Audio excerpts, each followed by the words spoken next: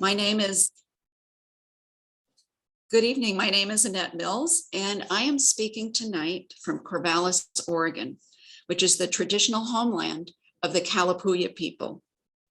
On behalf of the League of Women Voters of Corvallis, I would like to thank you for being here tonight. Today is National Voter Registration Day, so it is very appropriate for us to be together tonight. The purpose of tonight's program is to explore threats to our collective freedoms and what we can do to protect our rights.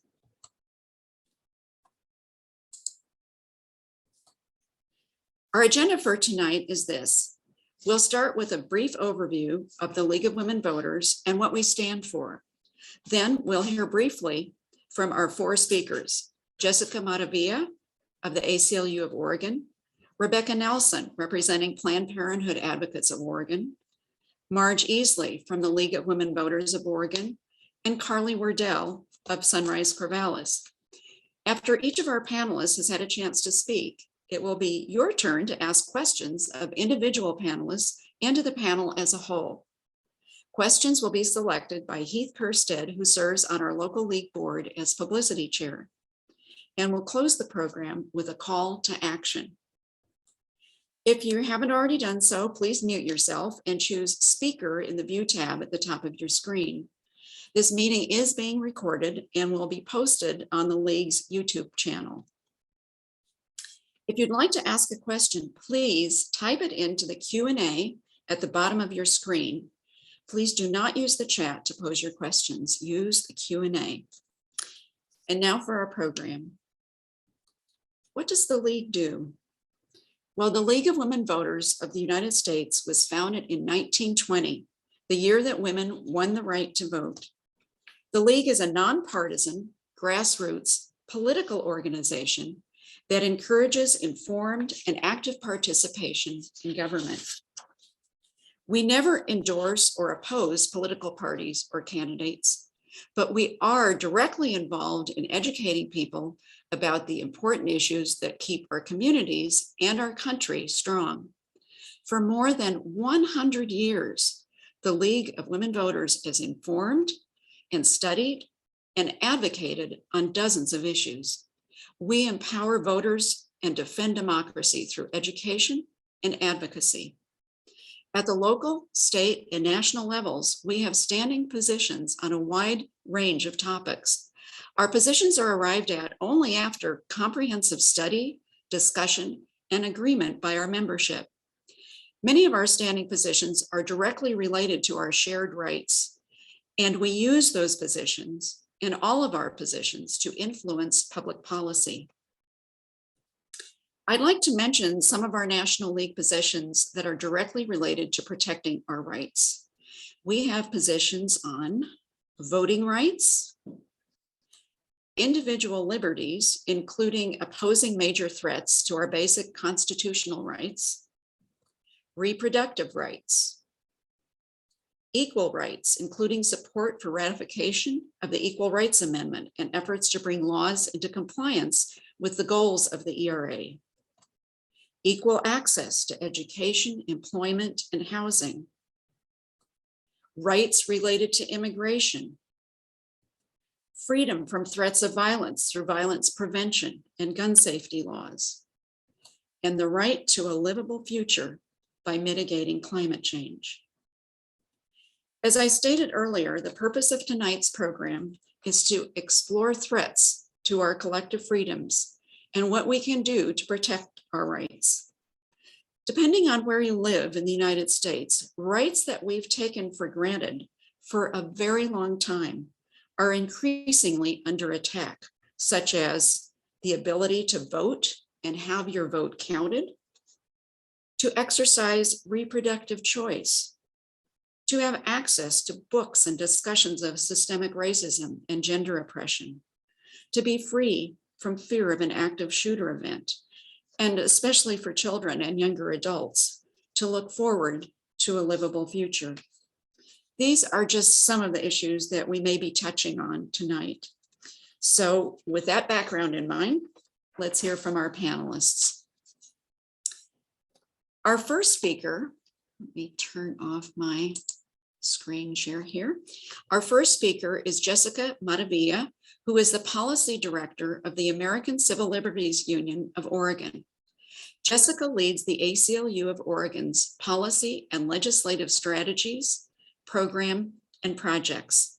She works collaboratively with elected and non-elected leaders, coalition allies and partners, and community members across Oregon. Welcome, Jessica. We're so glad you're here. And thank you so much for the invitation, Annette. Really, really appreciate it. And thank you everyone for taking some time of your evening and sharing with us today. So I'd love to talk a little bit about our First Amendment rights and basic civil rights, a little bit of the history of Oregon and how it's been proactive in defending our civil liberties and rights. And where are we today? What's at stake? And what can you do to take action to ensure that we continue to protect your rights and liberties? So before we get started, just a little bit about the ACLU of Oregon. Like Annette mentioned, my name is Jessica Maravilla. I go by pronouns she, her, and and I'm the Policy Director at ACLU of Oregon, the American Civil Liberties of Oregon. And we work in the legislature, in the courts, and in our communities to defend and preserve the rights and liberties that the Constitution and laws of the United States guarantee. And at the ACLU, we like to create a more perfect union beyond one person, one party, or one side. So we are a nonpartisan nonprofit organization, and our mission is to realize this promise of the United States Constitution for all and expand the reach of its guarantees. At the ACLU of Oregon, we also believe that every person has inherent dignity and value. And so we seek to create strides towards public and community safety, holistic wellness and care through our shared values and democratic processes. And these processes must be recognized and valued and be rooted in our fundamental civil liberties and civil rights. And before we begin, I'd like to also do a shout out, Annette, as you have, to our National Voter Registration Day. So please, if you are eligible, register to vote. It is one of the most impactful and important tools that we have to ensure that we protect our civil liberties and civil rights. So what are our civil liberties and civil rights? So civil rights concern the basic right to be free from unequal treatment based on certain protected characteristics such as race, gender, and disabilities in settings such as employment, education, housing, and access to facilities. A civil rights violation occurs in designated situations where an individual is discriminated against on the basis of a protected characteristics, and most civil rights laws are established through the federal and the state government via legislation or case law. Civil liberties, on the other hand, concern basic rights and freedoms that are guaranteed, either explicitly identified in the Bill of Rights and or the Constitution. And so some of them are our freedom of speech, freedom of religion, freedom of the press, much like our First Amendment rights. So in our First Amendment rights, from the Constitution of the United States, we are protected to the right to exercise religion, the right to freedom of expression, and the right to freedom of association. So Congress shall make no law respecting an establishment of religion or prohibiting the free exercise of thereof, or abridging the freedom of speech or of the press, or the right of the people to assemble and to petition the government for redress of grievance, much like we do in legislature. I'll put on the chat a link to our Bill of Rights and a lot of the civil rights and civil liberties that ACLU tends to work consistently on. And even though at a glance, both these rights and civil liberties appear to address the same issues, one way to consider the differences between civil rights and civil liberties is to look at one, what right is affected, and two, whose right is affected. So for example, the right to marry is a civil liberty, while gay marriage is a civil rights matter. So if a couple, either same sex or opposite sex, is denied a marriage license because the court clerk has decided to not issue them at all, then their civil liberties have been violated. But if the clerk denied marriage licenses only to LGBT couples, it is a civil rights violation based on unequal treatment of a certain protected characteristic, race, gender, disability. In Oregon, and these are just some of the examples to be able to differentiate from each. And Oregon has actually been a leader in many ways of defending both our rights and our freedoms. So I'd like to take this opportunity to talk about what has Oregon taken initiative on. Oregon is really an innovator in democratic practices that encourage direct people power and voter participation. So we were actually one of the first 3 states in 1902 to do initiative petitions, known as ballot measures. With initiative petitions, if enough people support a potential new law by providing their signatures, they can get on the ballot so voters can directly vote for or against the new law. Oregon was also the first state in the country in 1998 to do universal voter vote by mail. And research shows that vote by mail can increase voter participation. It is popular with voters because it makes voting more accessible for everyone, including older people, people with disabilities, and people with work and family responsibilities. Oregon was an early adopter of the voter pre-registration too. Legalized by our state in 2007, pre-registration means that youth can pre-register to vote before the age of 18, and currently 16 and 17-year-olds can pre-register to vote in Oregon. And Oregon was the first US state to adopt automatic voter registration, passed in 2015. This allows people to easily get registered to vote at the DMV. So please register to vote. We have made it very easy and have taken several initiatives to make sure it's accessible. As these many examples show, Oregon has been a leader amongst US states in trying new ways of encouraging direct democracy and voter participation. Oregon has also been a leader and a champion in the abortion space. Oregon has some of the strongest abortion rights protections in the US. In 2017, our state passed a law that protecting abortion rights through the Reproductive Health Equity Act. And in Oregon, abortion services are covered under the state medical coverage, and state law requires most private health care plans to cover abortions.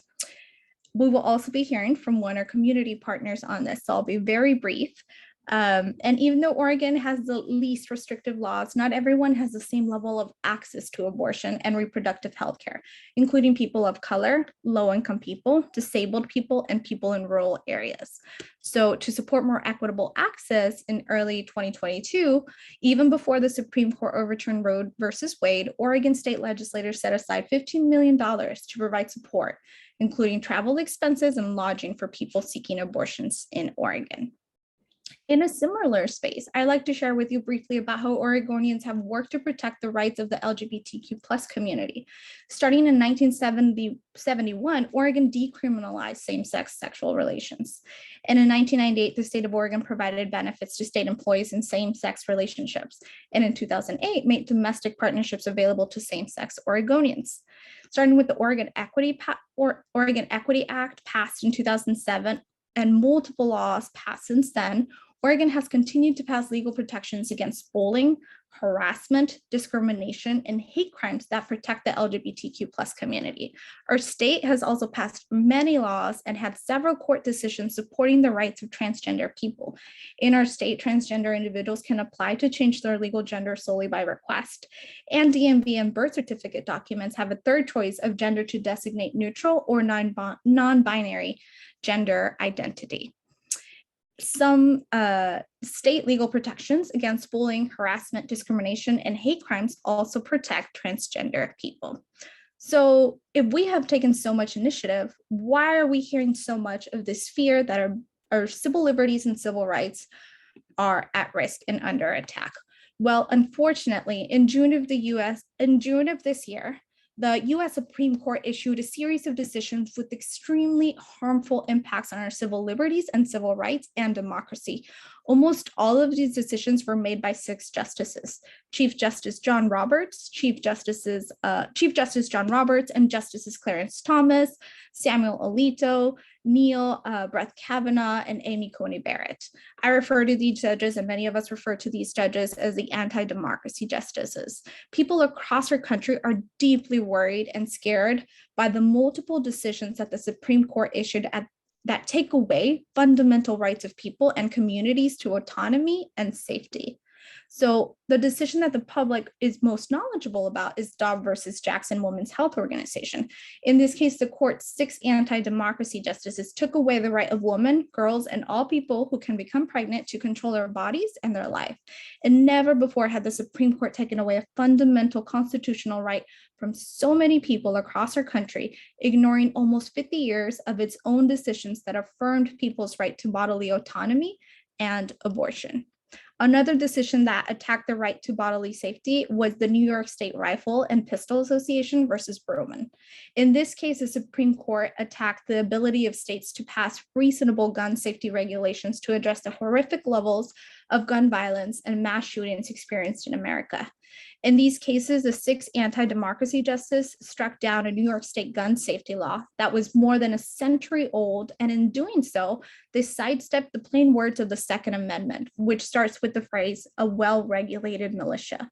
This is a case in which the ACLU National had filed an amicus brief in support of New York State's gun safety regulations because our fundamental civil liberties and democracy is endangered when people fear gathering in public spaces and because of potential gun violence.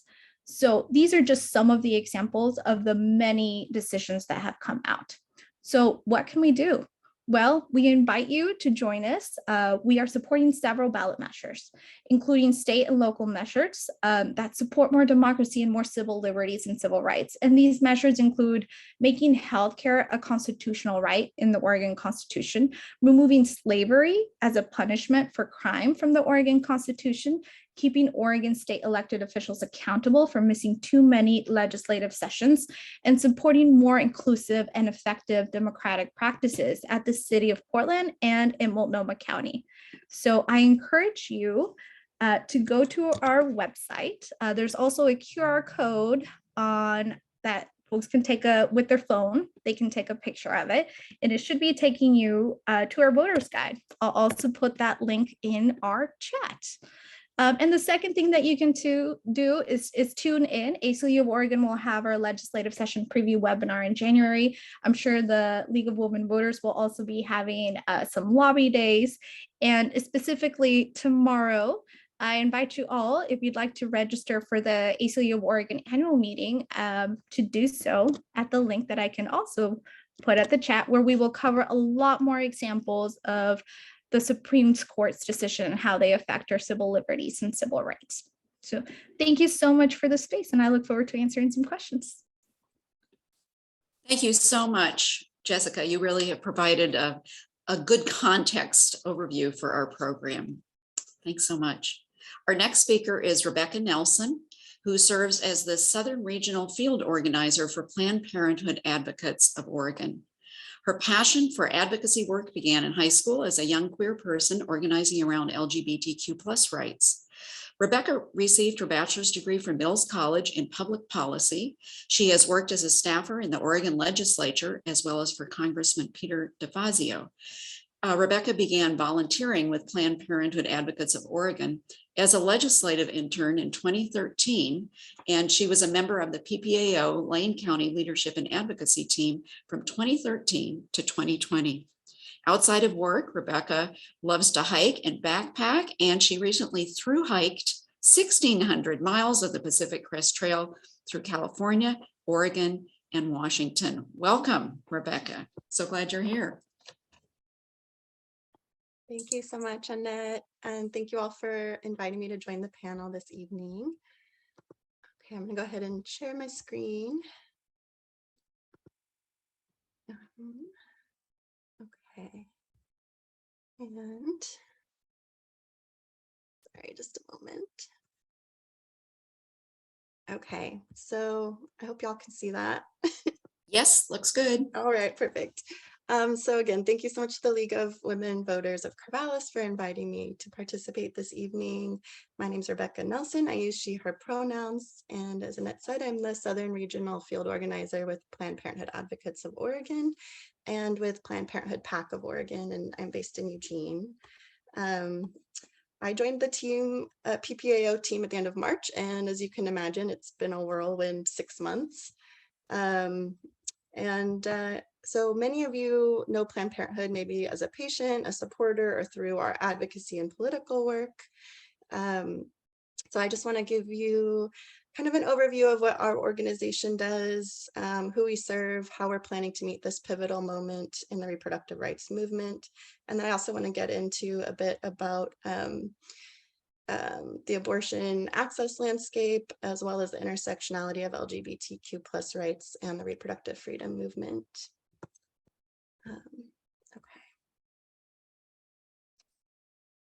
So Planned Parenthood Advocates of Oregon is a leading advocate in the movement for sexual and reproductive freedom for all Oregonians.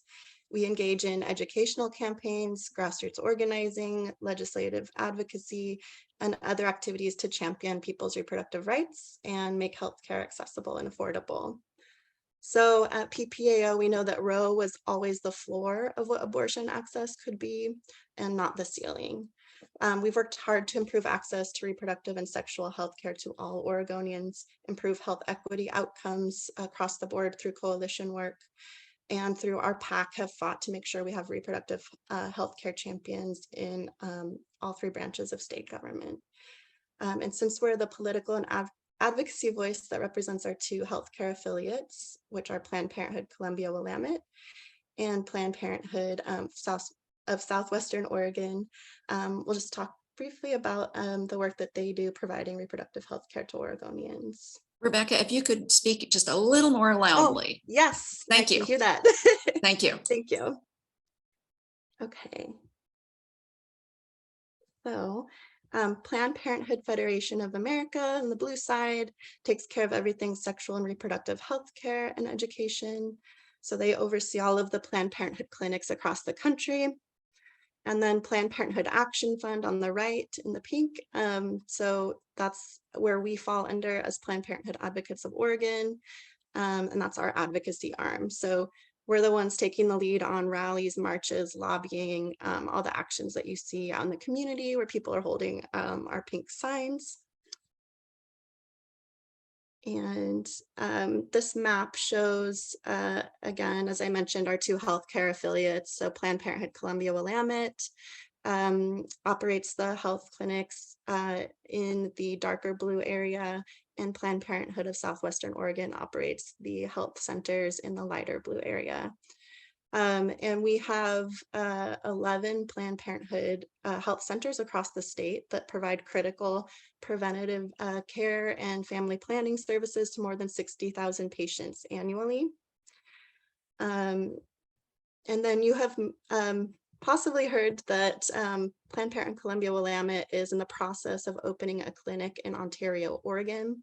So with abortion bans going into effect in states like Idaho, it often means that clinics have to close altogether, which drives patients to seek abortion services in addition to other sexual and reproductive health care, requires them to travel long distances to get the health care they need.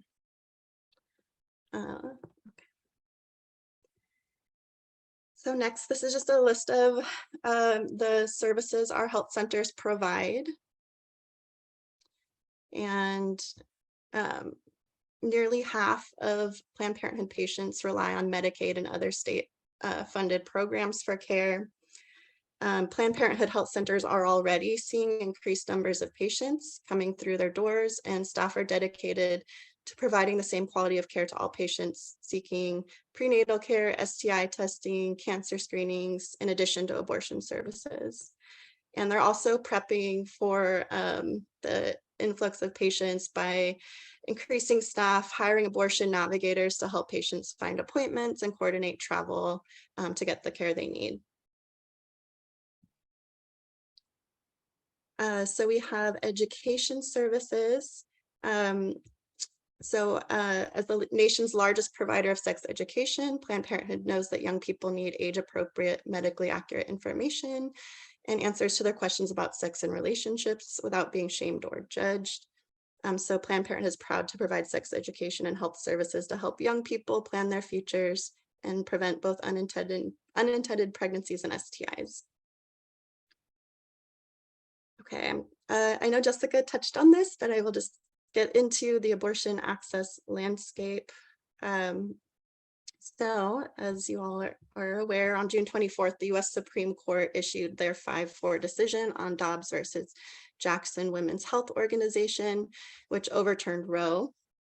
And while Justice Roberts did not join that ruling, he did join the 6-3 decision to uphold Mississippi's 15-week abortion ban.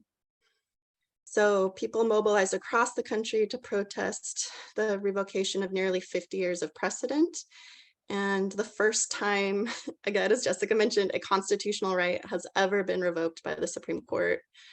And many states had abortion laws that immediately went into effect after the decision. Trained providers were forced to deny patients care. Providers and patients scrambled to find new appointments in other states and to understand the legal liability that this decision could imply for providers.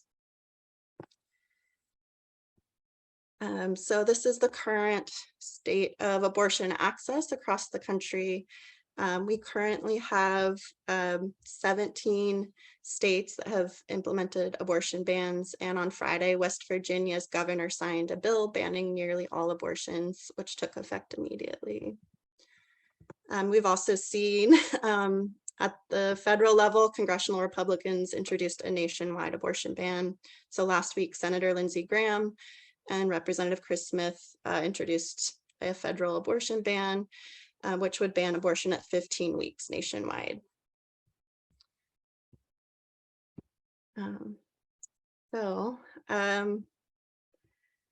Last year alone, politicians introduced almost 600 abortion restrictions in 47 states, more than any other year since Roe was decided.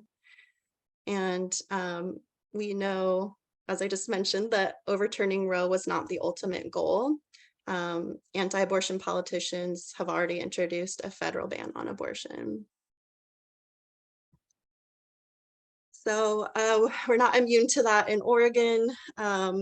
In 2021, we had 11 anti-abortion bills introduced last year, and 2 additional bills were introduced in the 2022 short session. These laws seek to undermine the incredible work that's been done in Oregon to make it the state with the least restrictions to access.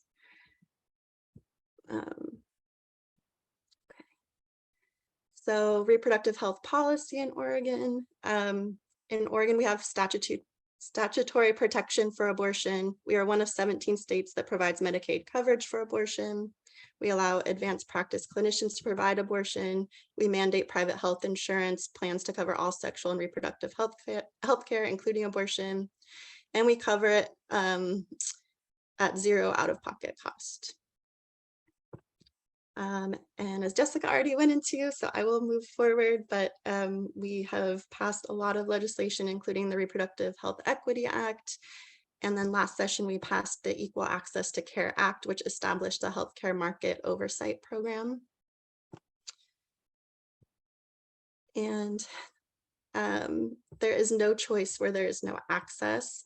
So abortion and reproductive health care is not just about legal rights, right? It's about access. So the legal right to an abortion was never enough when millions couldn't access it due to geography. So people in rural areas, other marginalized communities, BIPOC, people of color, low income folks, you name it. There are all kinds of barriers to access that go way beyond just the legal right to an abortion. So Rebecca, yeah, I was just going to say, if you could wrap it up in the next minute or so, that'd be great. I'm going to get to probably the last couple slides here.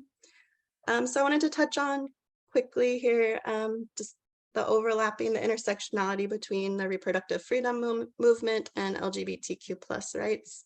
And as Audre Lorde said, there's no such thing as a single issue struggle because we do not live single issue lives. So reproductive and LGBTQ+ rights are about sex ed. We know that comprehensive sex education is a critical part of our work, which is why sex ed,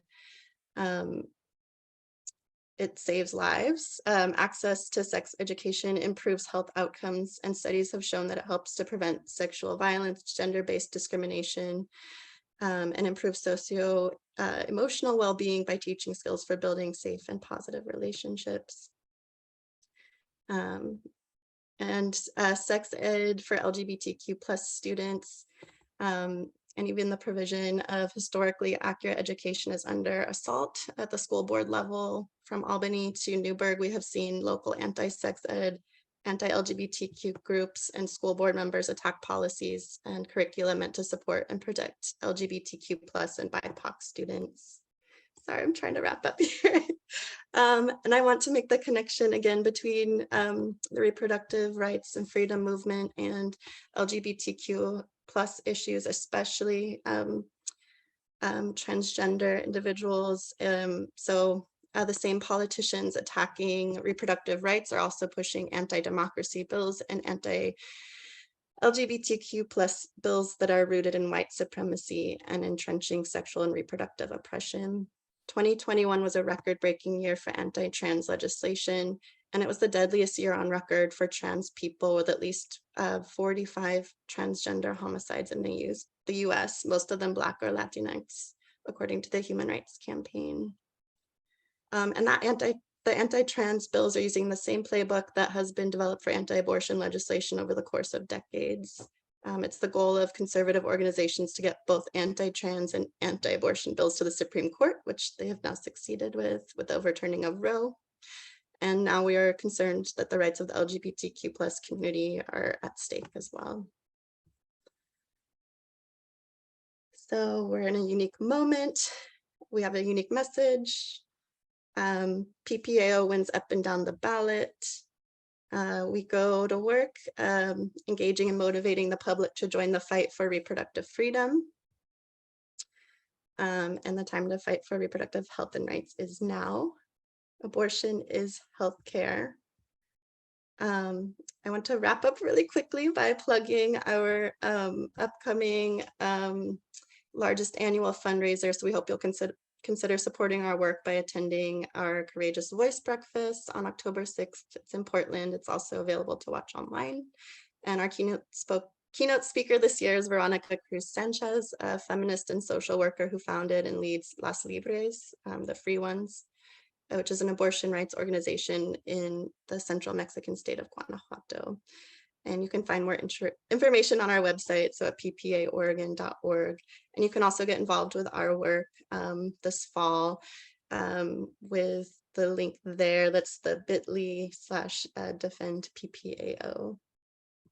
So thank you so much again for having me, and I look forward to questions. Thank you so much, Rebecca. You really raised some very important points. And our audience, as you are listening to our speakers, if a question pops into your head, please don't hesitate to type it into the Q&A, because we will be having questions following all of our panelists. So our next speaker is Marge Easley, who represents the League of Women Voters of Oregon. Marge has held many leadership positions with the League over the last 30 years, including Oregon State League President from 2007 to 2011, Clackamas County Co-President from 2014 to 2015, and currently she serves as Clackamas County Action Chair for the League. Marge is also a member of the State League's Action Committee, specializing in criminal justice issues, including gun safety and rights of incarcerated and formerly incarcerated individuals. During election season, she moderates league forums and interviews local and statewide candidates on cable television. In addition to her league work, Marge also loves to ski, hike, and help edit her husband's mystery series. Marge is a retired teacher and a Pennsylvania native, and she lives in the Stafford area outside Wilsonville. Welcome, Marge. So glad you could make it. Thank you very much, Annette, and thank you to the Corvallis League for inviting me.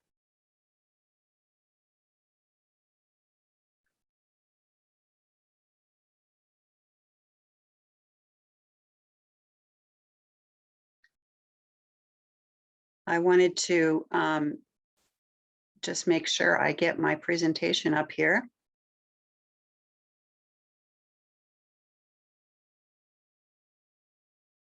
I am happy to be here tonight, and during my many years in the League, I've met many of you, and so it's great to share some of these issues, and you know of my work with gun safety, and so that's what I'm going to focus on mostly tonight. The right to be free from violence is a continual struggle in recent years, and it seems even further from reach in the last few years. And these are, I could put up a lot of statistics These are just a few of them that are most impactful. 45,222 Americans killed by guns in 2020, and the rate is continually rising. And as we know, suicides account for a majority of those. Gun violence is a leading cause of death for children and young adults in the US, and the US has less than 5% of the world's population. We are only a small percentage. We have 46% of the world's civilian-owned guns. So I wanted to also show you that the rates of firearms per 100,000, you can see how the United States is so far in the lead of any other major developed nations in the world. Chile is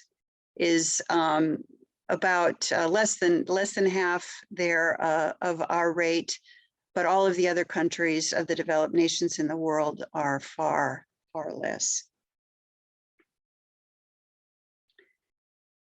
This is just a quick slide to show in Oregon, we are not anywhere special as far as being immune from gun violence. And you can see that our numbers are rising, and the projected 2022 rate is really escalating to a projected rate of 210 people fatally shot in Oregon. But you can see that during the pandemic years, the recent years, the shootings have really escalated. And this has been increasingly worrisome in Oregon. When you're talking about rights in relationship to guns, the Second Amendment is usually the first thing people think of. And this one sentence has been scrutinized, interpreted, and misinterpreted, and above all, been given enormous power to place limitations on the ability to reduce violence in this country. A well-regulated militia being necessary to the security of a free state, the right of people to keep and bear arms shall not be infringed. And the words militia are important, as well as the right of the people to keep and bear arms. And those two things have been in conflict since this amendment was written. Let's take a look at a few key Supreme Court decisions about the Second Amendment that have brought us to the current moment. There's been a dramatic shift from a focus on maintaining militias to an individual's right to bear arms. And you can see when it was written in, put into the Bill of Rights in 1791, it was included for the reason to prevent the need for a standing army. So the word militia was the important factor there. 1876, the right to bear arms is not granted by the Constitution. 1939, weapons must have a reasonable relationship to the preservation or efficiency of a well-regulated militia. Now, what changed? 1977, the NRA revolted Cincinnati Convention, where more radical members gained control of the National Rifle Association, shifted the lobbying to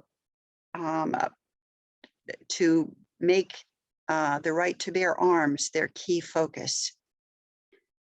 And then we come to the two decisions that have really changed things: the 2008 DC versus Heller decision and the 2022 New York State Pistol and Rifle Association versus Bruen.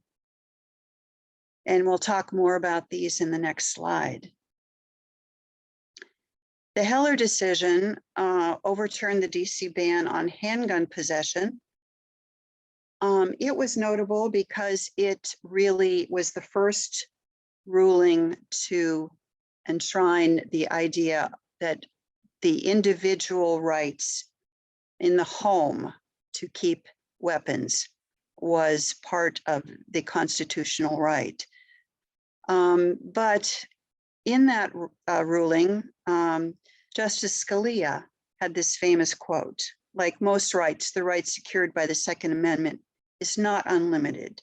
It is not a right to keep and carry any weapon whatsoever in any manner whatsoever and for whatever purpose. So you see, the idea in this one is that there are caveats to the right to bear arms, and it's okay to put parameters on it for public safety and violence reduction. But the Bruin decision changed everything. It asserts that we must look at the originalist or founder's view of the Second Amendment. And according to the current court, this is interpreted to mean that individual rights take precedent over a jurisdiction's desire to reduce violence. This makes it much more difficult, if not, but not impossible, to pass meaningful gun safety laws going forward. I also want to point out that there's a growing concern, the conflict between the Second and the First Amendments, especially when it comes to public demonstrations, such as rallies and marches. We've seen a growing number of armed militia groups who show up at these rallies, contributing to our sense that violence has become a way of life for many Americans. And you can see that of the 30,000 public demonstrations in the US between 2020 and 2021, 560 of those included armed individuals other than law enforcement, and they're 6 times more likely to become violent or destructive.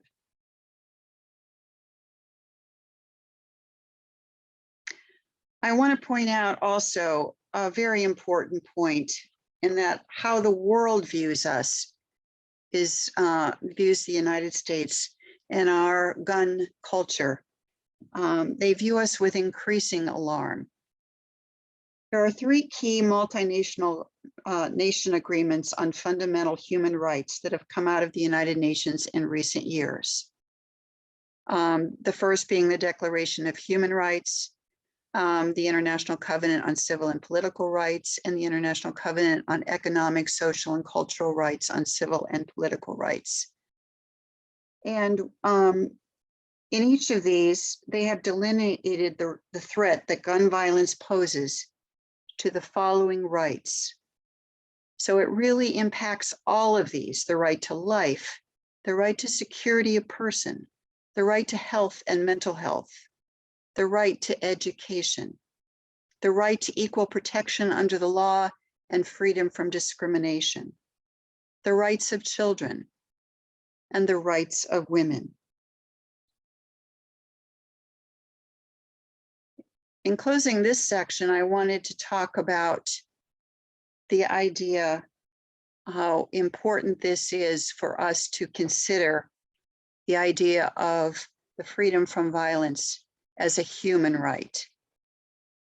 Giffords Law Center has said that the right to bear arms should never outweigh the right to live. And I thought these 2 quotes were particularly impactful. The first is from the United Nations High Commissioner for Human Rights in its 2016 report. Given the potential harm and devastating impact of the misuse of firearms on the enjoyment of human rights. Oops, sorry about that. Public policies with respect to civilian access to firearms should be reviewed and formulated through a human rights lens. And the second quote is from Amnesty International in its 2018 report. The right to live free from violence, discrimination, and fear has been superseded by a sense of entitlement to own a practically unlimited array of deadly weapons without sufficient regulations on their acquisition, possession, and use. Where a foreseeable consequence of a failure to exercise adequate control over the civilian possession and use of arms is continued or increases violence, then states might be held liable for this failure under international human rights law.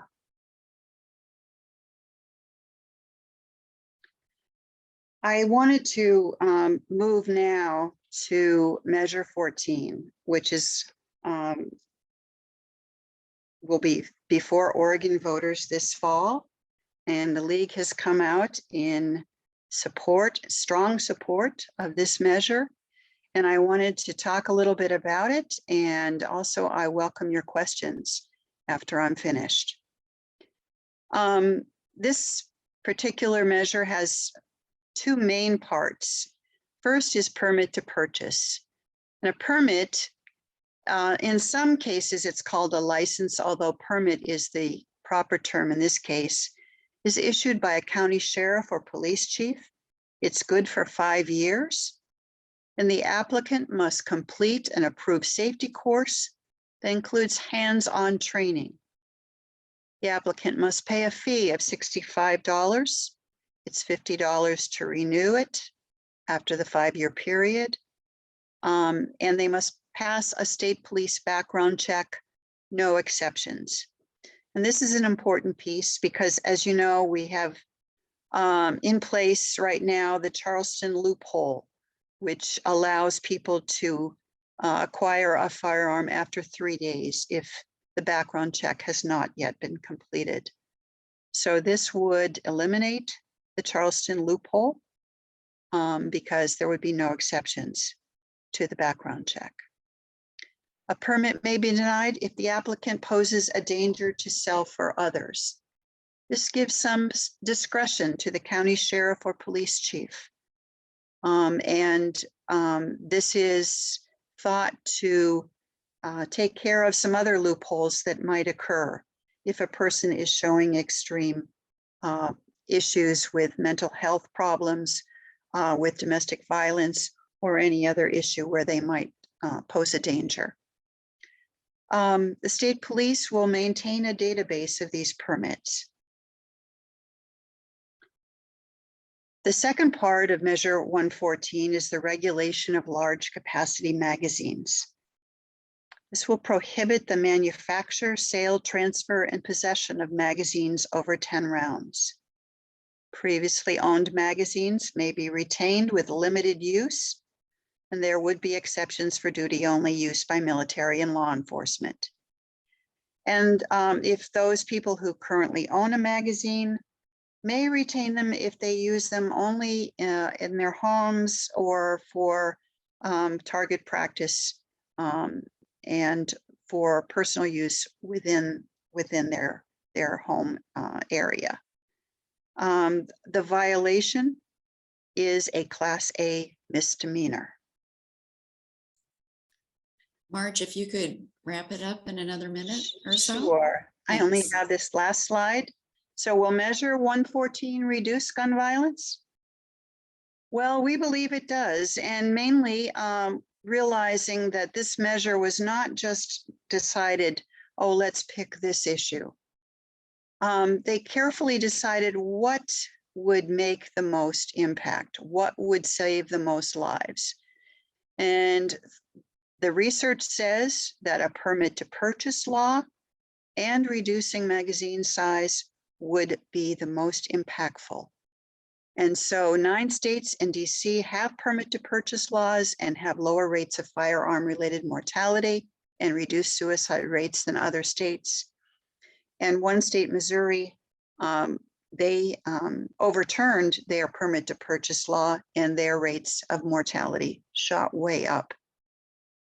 3 states have discretionary permit to purchase laws, and they are up to 76 more effective at saving lives and preventing gun trafficking. And that by discretionary, this means that the county sheriffs would have some discretion. And this is shown to be very effective at saving lives. 9 states and DC have enacted laws banning large capacity magazines. And this has resulted between 1990 and 2017 in 62% higher death toll in those states that have enacted these laws. So I want to say, what can we all do to reduce gun violence and to make Oregon safer? And that is vote. And thanks to those who put Measure 14 on the ballot. I want to thank those who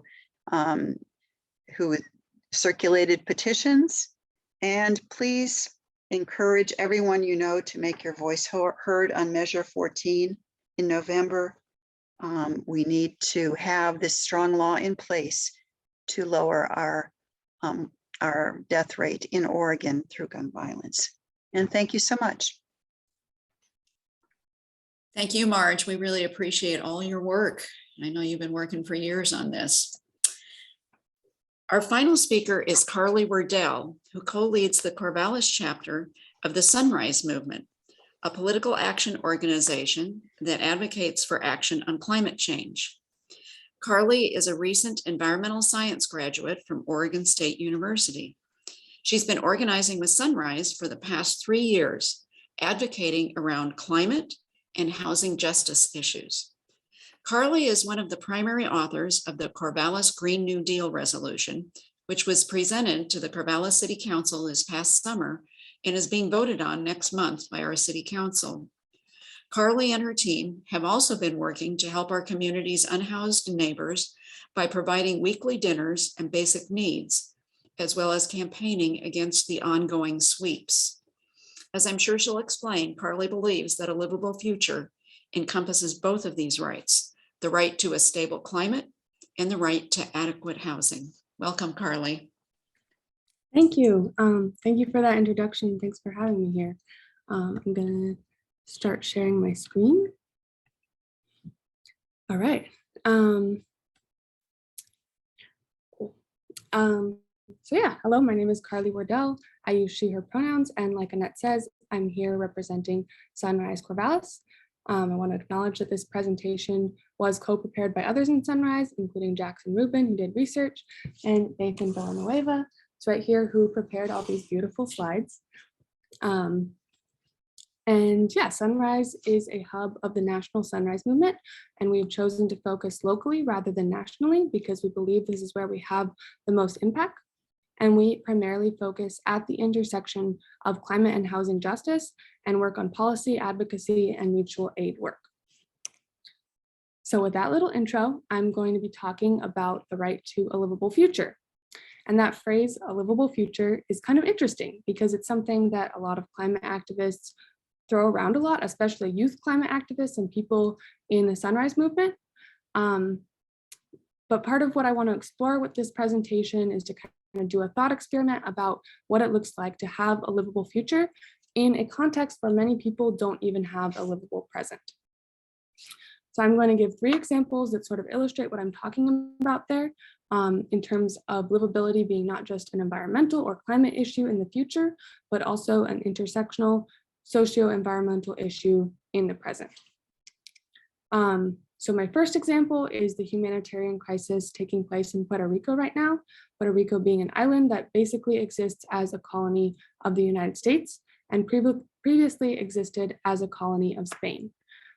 So as the climate crisis worsens, hurricanes are getting worse, they're dumping more water, they're stalling for longer over these small islands in the Caribbean, and they're causing greater destruction. At the same time, Puerto Rico is dealing with a failing privatized energy grid, an inadequate government system based in colonialism and imperialism, and a terribly inadequate disaster response.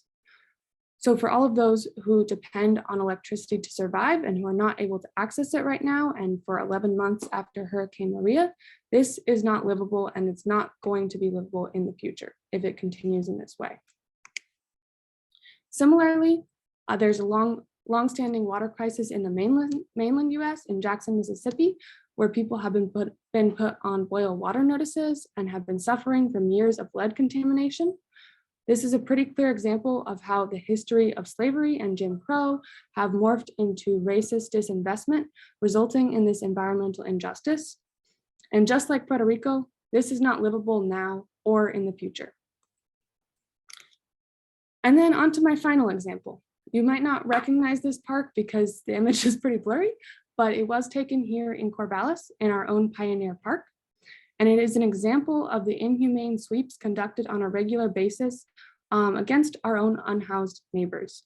So this image is of a bulldozer forcefully removing someone's tent and throwing it away. Tents that people use to keep out of the cold, keep out of the heat, the smoke, whatever, and to stay alive, to stay in a livable situation. And these sweeps disproportionately impact elderly and disabled community members who are not able to move as often as the the regulations require them to. This is a humanitarian crisis that is taking place right here in our neighborhood, and it stems ultimately from a capitalist legal and economic system that does not consider livability to be a human right, but rather a privilege to be bought and sold. So it's clear then that we are living in a present that is not livable for many, even in so-called developed countries like ours. So when we're talking about a livable future, we must talk about a livable future for all. Otherwise, we are explicitly only talking about preserving livability for elites. So how do we do this? How do we ensure a livable future for all? We could imagine several frameworks that we could go about doing this. Currently, what we're working with now is mostly a market-based framework, which means that the distribution of livability, the distribution of rights like housing, clean air, clean water, are determined by the so-called free market. This means that people's ability to afford these things, these necessities, or to afford to live in a location where there is clean air, clean water, is what determines their access to them.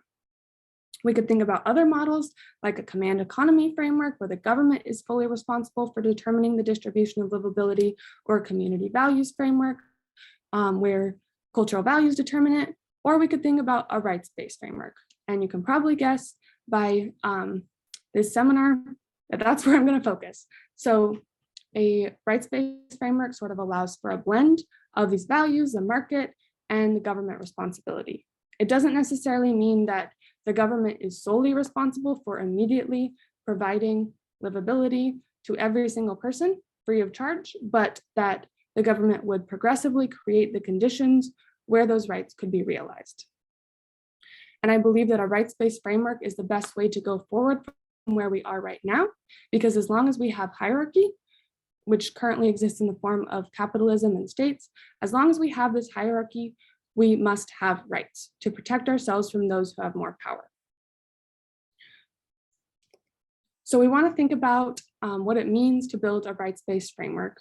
And we have defined it as building systems that allow human and non-human entities a dignified existence now and in the future.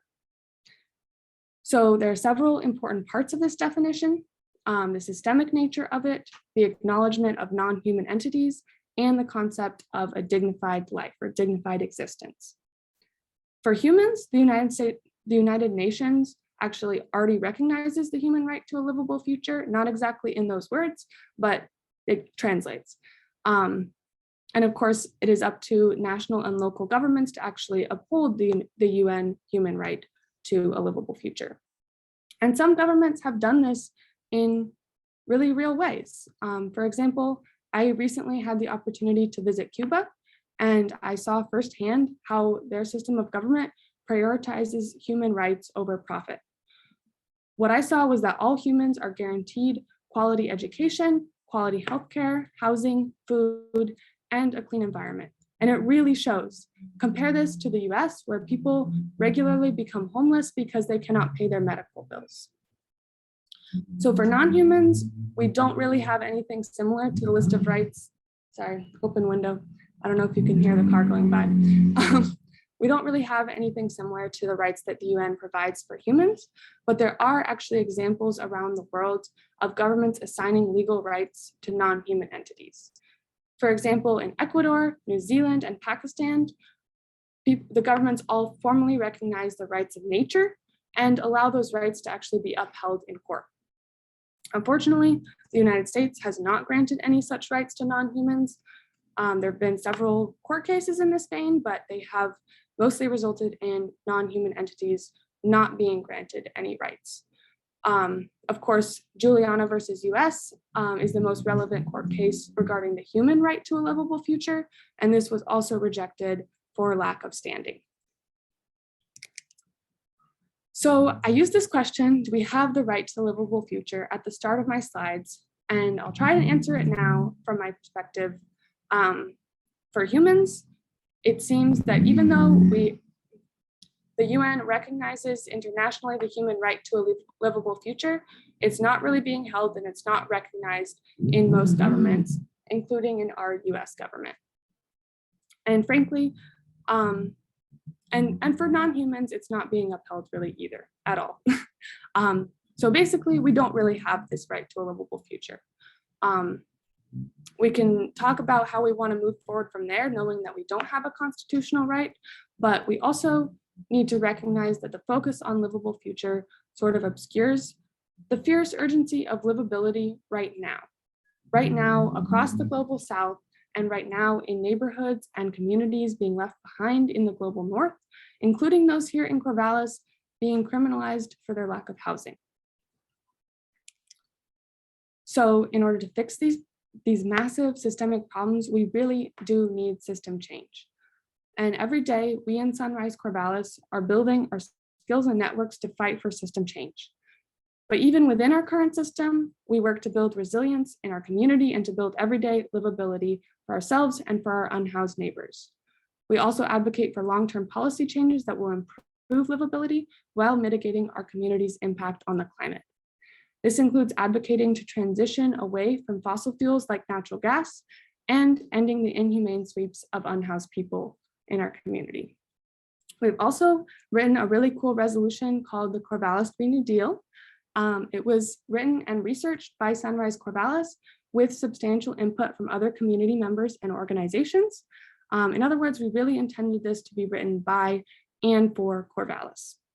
I would encourage you all to read it and also do more than read it, because the City Council will be voting on it in 2 weeks on October 3rd, and we do expect it to be a split vote. So that means that every voice counts. And if you support this, I would really encourage you to email your city councilor and let them know that you want them to take action to uphold this and to uphold our right to a livable future. So yeah, thank you for listening. Feel free to contact me or Sunrise. And I think we're going to be moving into question and answer. So yeah. Thank you so much, Carly. We really appreciate your passion and all your hard work. So you're right. Now we're going to move into our Q&A. This is a chance to hear from our audience. We see we've got a few questions here, but I encourage you to think about the 4 different speakers, the topics that they were speaking to, and type in your questions in the Q&A at the bottom of your screen. To make sure there are no duplications, Heath Kerstead from our league board will be screening and reading the questions. Do you want to come on now, Heath? Yeah. And I would ask our audience, if you're asking a question, if you're typing one in, please keep it short. If you write a long introduction to your question, Heath is likely to skip over it since it takes time to read and select questions. And we need to have all of our panelists and Heath, please turn on your videos. And you may, if you're watching, audience members might want to put your view on gallery. And Marge, do you want to turn on your video so we can see you as well? All right, great. Heath, do you have a first question for us? Sure, there are a few here for let's see, I think for Rebecca. When will the new Planned Parenthood clinic be open in Eastern Oregon? All right. First one.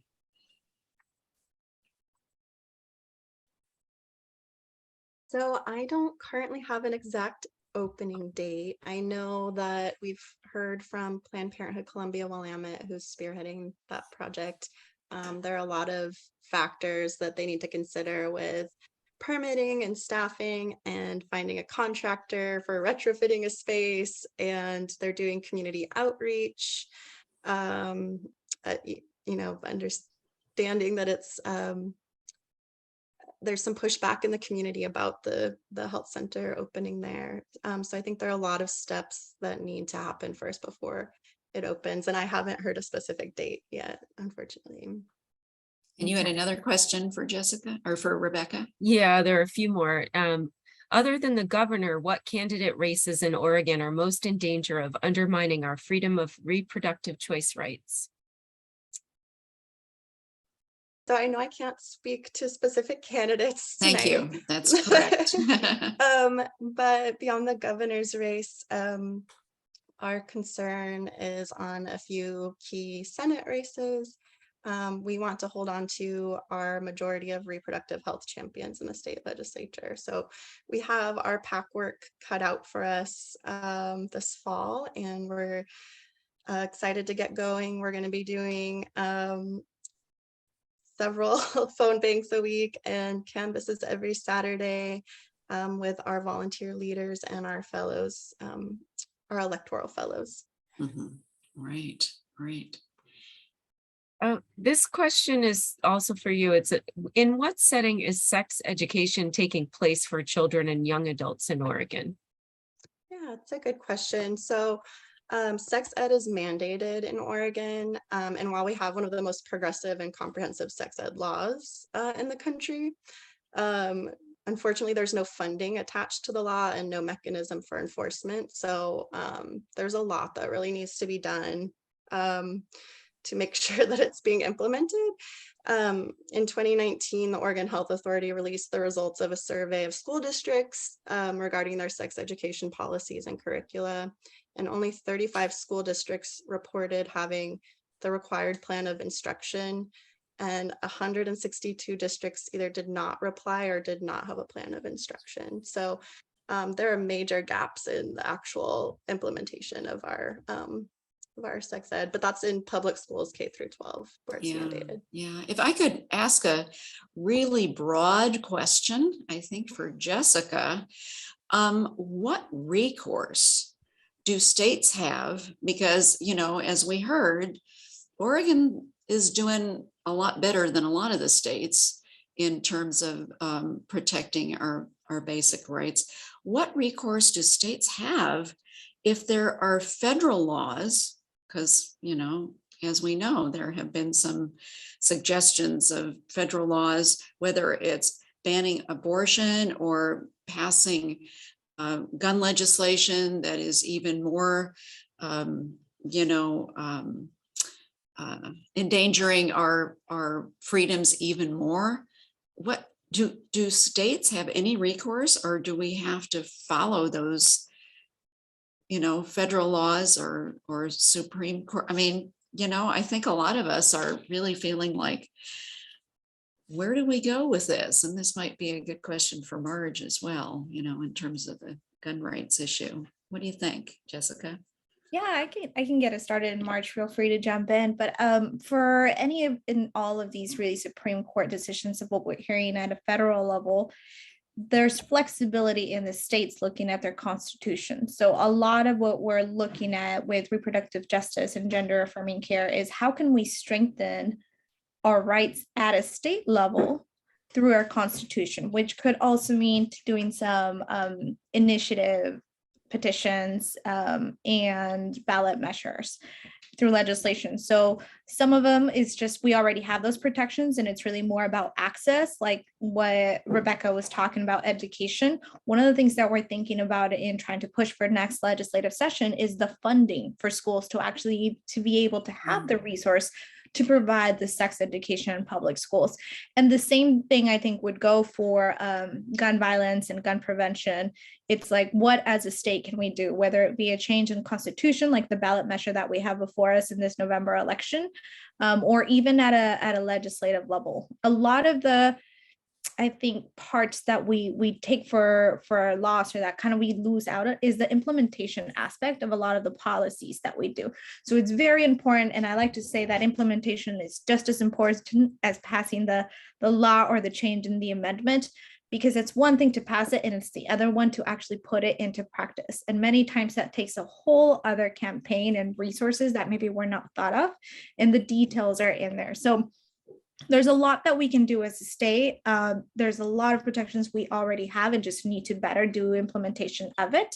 And there's constitutional changes that we can also take to reinforce our constitutional rights and civil liberties at a state level. And so those aren't superseded by the Supreme Court? Well, there's the Supreme Court can be very general. So there's areas where they can say, well, this is what we're saying very general, but it's up to you to look at those details and how you will implement those protections. And that's really where we have that power and that control to make that we stay proactive and values aligned at our state level. Okay. Anybody want to add anything to that? Okay. You're on mute, Marge. I just want to say that in light of the Bruin decision, it is important that we look at all of our previous gun laws to make sure that they pass muster with this new ruling. And there could very well be some constitutional challenges. But it's just a harbinger that there may be some worse ones coming down the pike as far as restrictions on gun safety legislation. And so it's very worrisome. Yeah. All right. So Heath, I see we've got a lot more Yeah. questions in the Q&A. What's our Next, one? under measure 114, would sheriffs or police chiefs be able to access assessments done of students by public school administrators? This is a part of the measure that I am least unsure about as far as police discretion. Currently, under our current background check laws, there is some discretion that's already in our law, our current law. This because the permits are issued by the county sheriff or a police chief, that gives another avenue for some discretion. I think that this is very tricky to implement because there's privacy issues. There is so I think that rules will have to be implemented to really narrow what discretion is allowed. And I think that's one of the things that is yet to be seen. And I don't think all of that is totally known as far as what criteria can be used for discretion. And this is one of the things that our opponents are one of the things they're most upset about. They feel like this could be a very subjective issue as far as discretion. Okay, thank you. And then there's also another question related to that, and it's if people are buying multiple guns, would they need to have the permit and the classes and the fees for each time that they purchase a gun, or is it just like the first time? The permit is good for 5 years, and it doesn't matter how many guns you purchase during that 5-year period. As long as you have the permit, you can purchase firearms. And somebody would like to get your slides so that they can use your language and stuff when they're talking about measure 114.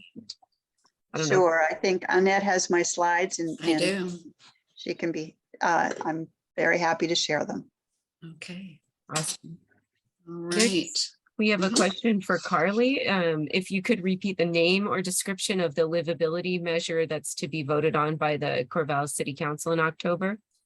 Yeah, so what we're talking about is it's called the Corvallis Green New Deal for Climate and Housing Justice. Long name. We mostly just call it the Corvallis Green New Deal, but it is a resolution that basically integrates these human rights of a livable climate and livable housing. So it specifically advocates for a just transition away from fossil fuels and for an end to camp sweeps and for use of solutions such as nature-based solutions that work with the environment to work as a solution to climate change that builds resiliency in our communities. And I'm sorry, Carly, I was going to ask because I know the Corvallis Green New Deal resolution was included in one of the city council packets. Mhm. And I believe, do you happen to have the date of that? Because if people go on the city website, corvallisoregon.gov, and go, under the city council meetings, there's a packet there where you can access the Corvallis Green New Deal resolution. And I believe it was towards the end of August, wasn't it the second meeting in August? Yeah, That was introduced. Nathan? Okay, well, maybe, I'll put the link in the chat. I'll find it. wonderful. Okay, great. I see that Catherine Brimser has her hand raised, so I thought, could we let her ask her question? She might not be able to put it in the Q&A. Well, since I'm not doing the the technical part of this, I don't know what she can do and what she can't do. Maybe Jessica has to tell us the answer. So I had just asked Catherine to unmute.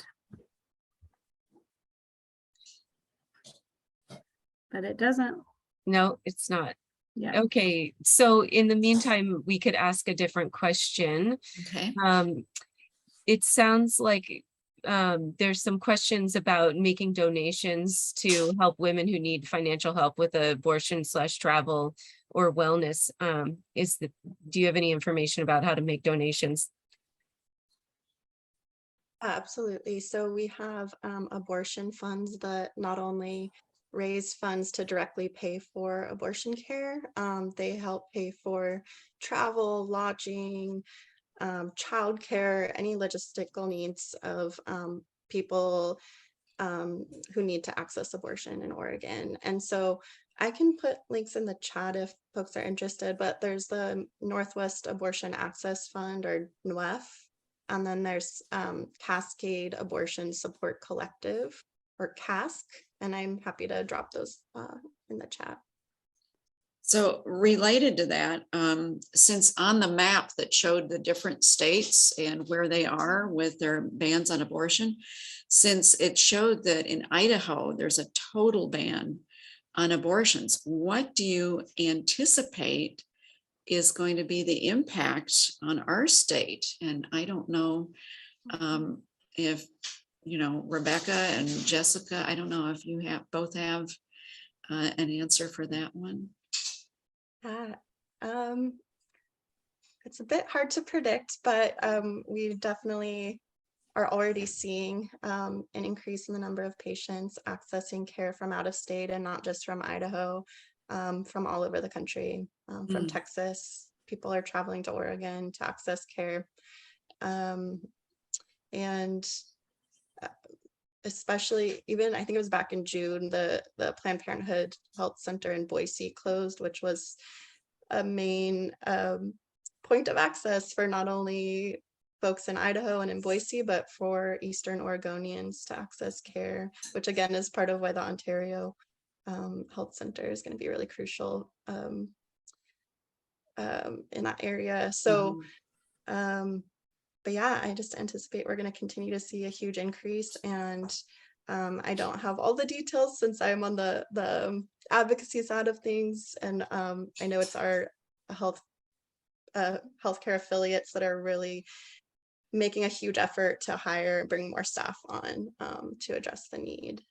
Jessica, I don't know if you wanted to jump in with anything, but Yeah, no, this is a difficult question. I think it's been asked several times, and like Rebecca mentioned, more and more we're leaning on Planned Parenthood, we're leaning on Pro-Choice Oregon, Family Forward, those organizations that do provide some direct services to kind of tell us what's happening, the numbers that you are seeing. We do anticipate a lot more joining. And so for next legislative session, we're actually, if folks want to be tuned in, the speaker will be posting, basically he has a work group of stakeholders who have been working on legislation. And part of that legislation is, how do we protect individuals coming into the state of Oregon who are going to receive these services from having any type of criminal charges put on them based on the state that they're coming from. And this is, Annette, really where you can relate to that original question of like, how do we get to the federal and other laws? So it gets really, really tricky. Some of this can be done through legislation. Some of it will have to be done through litigation. But a lot of these were playing in the unknown, which is why more and more we need to ensure that our leadership and our elected officials, our values aligned, to ensure that we can come together and find a solution for the protections of both the folks receiving services, but also the providers, right? Because we don't want our nurses and our doctors, who we are so thankful, especially throughout this pandemic, to all now all of a sudden have any sort of criminal charges because they are providing these resources to people with pregnancies. Right. Thank you. Thank you both. So I see Catherine's back on her. Catherine is on our local league board, and is she in a position to ask her question? Maybe she's had trouble putting it in the Q&A. All right. Well then, Heath, can you Yeah, tell us about the next another question? question is a point of clarification. Is measure 114 a statutory measure or a constitutional amendment? There was some confusion. It is statutory. It is not constitutional. Okay. And one more, this is a question, I don't know if you can answer this, but maybe I'll ask it anyway. This is a big question, but what are your thoughts, Marge, about the underlying causes of Americans' abuse of guns? Wow, that's a tough one. I think that it's escalating fear on all sides. Whenever in this country, whenever there's a time of crisis or of political divisiveness or just, I mean, we've had a pandemic. People get fearful. And the first thing they want to do is get a gun. And I don't know, it's sort of like they know deep down that the more guns don't make us safer, but it's like when it's your own personal safety, it seems like that logic goes out the window. So when you know your friends and neighbors and people out there have guns, then you want one too. And it's just escalates from there. And we've had a huge, huge rise in the number of purchases of firearms in our state and in the country the last 3 years. Thank you. I'm not sure the right person for this, maybe Jessica. Has there been anything on smoking that's gone to the Supreme Court? It's like they're talking about personal rights versus community rights, community protection. Not that I'm aware of. There is a lot of decisions lately though, so it could also be that something has slipped through there. Wondering if this is most like to do with smoking, or what do they call it? The vaping, I think they call it, because there was something happening in Washington County where they were trying to stop like they had some sort of flavors in the, I think it's called vaping, that they were trying to take away because it was tailored for children, and so that got paused. And I know that there was a movement to try to get that back from businesses. So, but I haven't seen anything from the Supreme Court at all. I think if anything, we'll see more of it here at a state level. So I have a question, and I'm going to start out by directing it to Marge, but it could be a broader question for any of you. So in addition to voting for ballot measure 114, I mean, that's a very specific thing that we can do. What do you think individuals can do to address gun safety, basic rights, reproductive rights, rights to a livable future? I mean, what can we be doing in our own communities at the local level? That's a very big question, but I think people who came to this meeting are really eager to find out what can we do? I mean, the obvious things are like donate to organizations, find out what the candidates think, but what more do you have any more suggestions for folks? So I'll start with you, Marge, with the gun issue. Yeah, I came into this many years ago, kind of without a thought. Our local league decided to do a program on gun safety and invited a speaker, and it just alarmed me. And I decided, okay, that's an issue that maybe I would look into more deeply, and join the board of Ceasefire Oregon. And from there, it's been lots of things going on in the gun safety world, and it snowballs.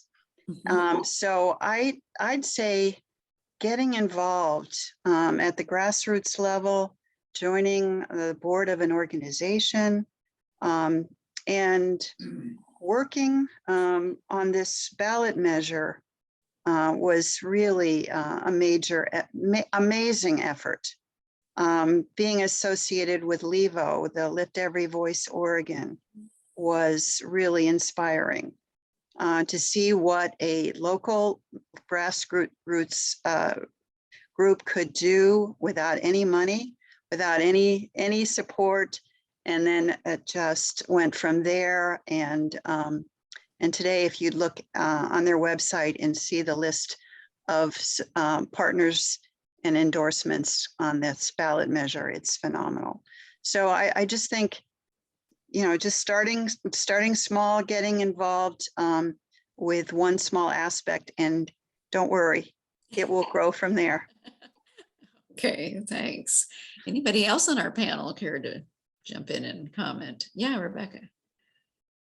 Sure. I would say something similar to Marge. Just if you find a particular issue that you're passionate about, just do anything that feels meaningful to you and your capacity to get involved. And that's a whole range of options. So I know with our organization, we have, you know, our defenders list is a list of folks that we reach out to for, you know, more occasional volunteer opportunities. So if there's something happening in your area, we'll be in touch.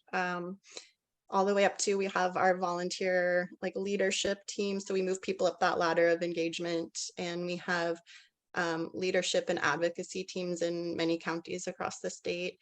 And our volunteer leaders, they have a much bigger time commitment every month. So they are out there planning events and tabling with us and registering people to vote and canvassing and phone banking. And they are also able to plug in ways that are meaningful to them. So maybe if they hate phone banking, but they love planning events, we encourage people to participate in ways that,